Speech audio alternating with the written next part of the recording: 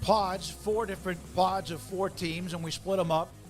Pod 1 is the TCU Tech, Oklahoma State, Baylor. Pod 2 is the schools K-State, Kansas, Iowa State, West Virginia. Pod 3 are the teams that entered the conference when Texas and Oklahoma made the announcement they were leaving. In Pod 4, the schools that came in from the Pac-12. It's not their names. Pod 1 is the Big 12 South. Pod 2 is the Big 12 North. Pod 3 is the Bowlesby pod.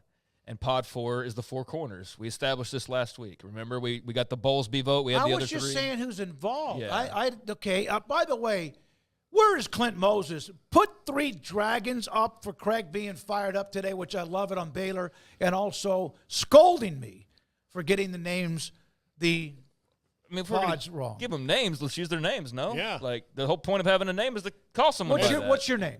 My name's Paul. Okay. You're Pod 2. Sorry. Oh, yeah, see, there we go. Look, yeah. I Host can tell 3. You. So I've been mad at promoters in my comedy career or people doing something 2 times. One, I was doing an improv show at Moody High School, and they said our name wrong. Another time I was doing stand-up, and a guy called me Paul Castacholi. And I like that better. I did not. It sounds like an Italian dish. Afterwards, I went back and said, listen, mother, yeah. you get my name right. Well, you guys are both. Yeah. I was like, no, right. I'm not. We have Tim Brando at 4 and Phil Bennett at 5. You're welcome, because that'll be fun to hear what's going on from their perspective. All right, let's start with the Utah. With the pods today is number 1 on the list. We've talked about them a little bit. They host Baylor, Iowa State. Matt Campbell, all-time most wins as a coach with the Cyclones. Craig, let's start with you. They did what they were supposed to do. Started a little bit sluggish against Houston, and they just shut them down, and they had no chance. Houston did. Yeah, Houston kept it. The game was close early on, like you said, but Houston has yet to score a point in Big 12 play. Been outscored like 54-0 in their first 2 games, so that doesn't bode very well for Willie Fritz and company, but we knew it was going to be kind of a rough year to begin with. Nothing spectacular from Iowa State in this game, and I think that, you still like a lot of what you've seen at this point. Obviously, the Iowa win is the big game on the marquee, and being able to handle North Dakota in week number 1. But these last couple of weeks, they have not really been tested. Have had a bye week as well, but now the schedule starts to ramp up a little bit for Iowa State, but I think you feel great about the position that they're in, and I think you feel great about them beating Baylor this weekend. I don't see why you'd have any other reason to believe otherwise. Anything other than a win would be a shock. 3 turnovers they forced. They did give up 171 yards rushing in that game against Houston. Paul, you over there? Yeah, I'm here. I think Iowa State showed me a lot. Look, they didn't have their fastball the other day, that's for sure. And went into halftime like sluggish and all that. But guess what? Came away with a 20-0 shutout at the end of the day, and I think that that's important. I think that when you can come back and bounce back when you don't have your best day, then that shows you're a team that's to be reckoned with, because they clearly didn't, and they still won. Yeah, Sama the third had a long touchdown run in that game. Yeah, I mean, he's a good player. Rocco Beck's really good, but not a banner day by any means. Yeah, it was an ugly win, and a win that took a lot longer than you wanted it to start looking that way. I mean, it's 3-0 at halftime. It's still 10-0 in the third quarter. Like, you had to be wondering if your Iowa State fans of are we going to play with too much fire here? But luckily, Houston's just not nearly good enough to take advantage of that situation. So be thankful you got the win. It was on the road, even if it's not the toughest place in the world to play. And you're 4-0, and you're 1-0 in the Big 12, and you should be 5-0 and 2-0 after this weekend. So, again, not the best performance, but not the end of the world either. K-State needed a win, but a lot of teams did. Oklahoma State, TCU, KU, Kansas State spanked Oklahoma State 42-20. They have the week off, and then road games against Colorado and West Virginia. And Avery Johnson was very, very good. Giddens was fantastic too. Yeah, that was a really nice win for Kansas State, who's firmly entrenched themselves in the top 25. Now get a chance to just take a little bit of a break and get ready for what should be a very interesting matchup with Colorado here in a couple of weeks, and that will be in Boulder. And a nighttime game on ESPN is already announced, so that's a showdown to look forward to here in a couple of weeks. But yeah, I thought that they looked really good. against Oklahoma State. You knew that was going to be a competitive game on paper, but the fact that K-State was just, 3 touchdowns better by the end of it was, a really welcome sight, especially given how you just didn't know how they would respond to BYU, right? You got your asses kicked. For lack of a better term, you did. And you turned right around and you licked your wounds and you beat a top 25 team at home and got yourself a big win for the resume and, didn't look back and just pretty much dominated in the second half. So Avery Johnson continues to just get better with each week. Always fun to see him get his legs unleashed a little bit. And DJ Giddens, you mentioned him, had a monster game. So Oklahoma State's got a lot of problems right now, but you'll take a win over them anytime. And certainly when you're coming off of a loss like the BYU loss. So I thought that was a very encouraging performance. 300 yards on the ground is ridiculous. But that's what we expected from Kansas State, right? When you're talking about Giddens and Johnson and Dylan Edwards and all these guys, we thought they'd run the ball effectively, and they sure as hell did against the Pokes in Manhattan on Saturday. And Oklahoma State, they are facing it right now with the Gundy in Stillwater. Also, Kansas, they needed a win, one of those teams that needed to bounce back. That's kind of what happens in the Big 12.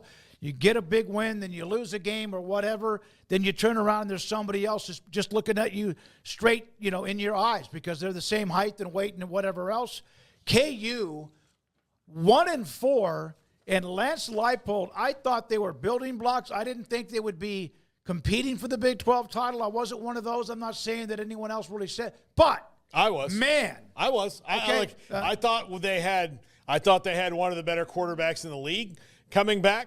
That has not proven out to be true.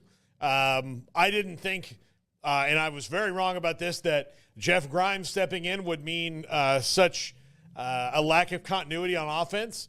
And I thought their defense was better, and I thought that having 2 running backs like Neal and Highshaw means you're going to be pretty damn good. And a couple wide receivers, Graham Arnold, that I like. I think that you can win with those guys, but they have not been good on offense. They were not good on defense against TCU, and they did not catch TCU at the right time either because TCU was good and pissed off and played that way in Kansas City the other day. So, yeah, the wheels are off right now for Lance Leipold. The wheels will be officially off. They play in Tempe and then Houston at home. They lose either one of those games, then the wheels are absolutely – but they're off right now anyway. You're right, Paul. They have just a blown tire. Well, I'm taking them to lose in Tempe against Arizona State. I like Arizona State way more than I like Kansas. So, they should never lose to Houston. But, who knows if you're walking into that game at 1-5, which you – very likely will be when that time comes because, like I said, I like ASU as a team better than them right now.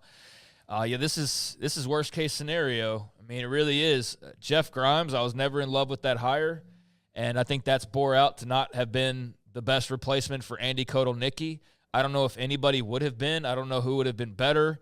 I'm not anti-Jeff Grimes. I just, having watched him for a couple years, was not thinking he was just going to go up to Lawrence and start, picking up the ball where Kotelnicki left off and just is going to be zoom, and big play here and big. That's just not who he ever was here. So when I heard that talk in the offseason and they're going to get the receivers more involved, and I'm like, okay, if you say, all right, I guess we'll see that. That's not my experience, but we'll see. And okay, that's not really the way it's panned out. If anything, everything's worse. Everything's worse for them. Jalen Daniels is not only not what we thought he could possibly be or we're hoping that he would be.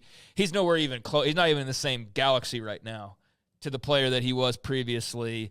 The running game is fine, but there's just no real threat overall as an offense that can make that better than it already is and more of a threat than it is. But, it's been a really bad 2024 season thus far for the Jayhawks, and they do need the break, so I'm sure they're welcoming that with open arms, but not quite there yet. So try to go get a win this weekend in Tempe, but I don't think the odds are very good. It's possible. If they don't win in the next 2 weeks, they have at Kansas State versus Iowa State. Oh, no, I was going to get BYU. There. They got 3 straight top 25 teams after the next couple weeks. So Arizona State on the road this weekend. That you're probably looking at 1-5. Then you got a break. Houston. No, you got a break. Yeah. And you really need that because you might be 1-5. It's still, you're at best 2-4. Then you get the break, and you should have Houston. That should be a win. But beyond that, number 20 team, number 16 team, number 17 team, Colorado could very well be ranked by the time you play them.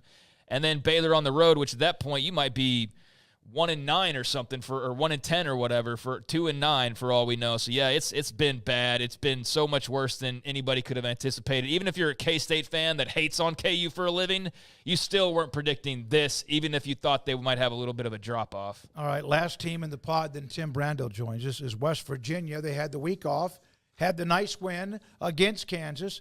They now play in Stillwater. Games on ESPN2 on Saturday afternoon. I don't know where Oklahoma State's headed. I think this feels to me like, a 2022 Oklahoma State team and not the 2023 team where they think they have all their ducks in a row, but they really don't have as much talent as they thought they did. They have the sad thing is they have really good wide receivers. They have an elite running back, but the offensive line's underperformed. Alan Bowman's Alan Bowman. And their defense is bad, so they're going to fall behind in a lot of games. So, West Virginia is. Sorry. Yeah. So West Virginia. So we just took out a pod team. No. So West Virginia, though, to that end, should be able to take advantage of them with their running game. But they've also been hot buttered crap a couple times this year, so we'll see. So when we go to pod 1, I'm not in a good mood right now. I know, but you got to have a sense. Mood. But when we go to pod 1, we don't have to talk about Oklahoma State. Yeah. Craig? Yeah, I think West Virginia is happy to be where they are, given how the season started off with, and Oklahoma State's ripe for the taking. You're coming off of a situation where you've been able to breathe a little bit easy, kind of lick your wounds, get your ducks in a row, and I think that you're in a still pretty good spot if you're Neil Brown and company, given what it felt like after a couple of those losses, where all of a sudden you had hot seat talk start back up and things like that. Now that has been able to just sort of die on the chatter vine because they haven't played in a few days, and you get a lot of time to prepare for what could be a really great win for you in Stillwater. And Utah just rolled in there and showed you that it's not impossible to win in Stillwater. In fact, it might be easy against this year's version of the Cowboys. I expect Oak State to have a good performance, though, but West Virginia is just one of those teams that I don't really know. Like, they just kind of reside in the middle, right? And I don't really know if they're pointing up or they're pointing down right now. Based on their win over Kansas, they're pointing slightly upwards. If they can go beat Oklahoma State and Stillwater, then you're definitely looking upward. Although West Virginia, we talk about schedules. I mean, they've got Oak State and Stillwater, then Iowa State and K-State at home. So this is a game where you need to go take care of that wounded animal while they're still wounded, and then get back home and prepare for a couple of major top 25 showdowns. But this is a game where you can predict about anything, and I'd believe it because these two teams have both been so up and down through the first month.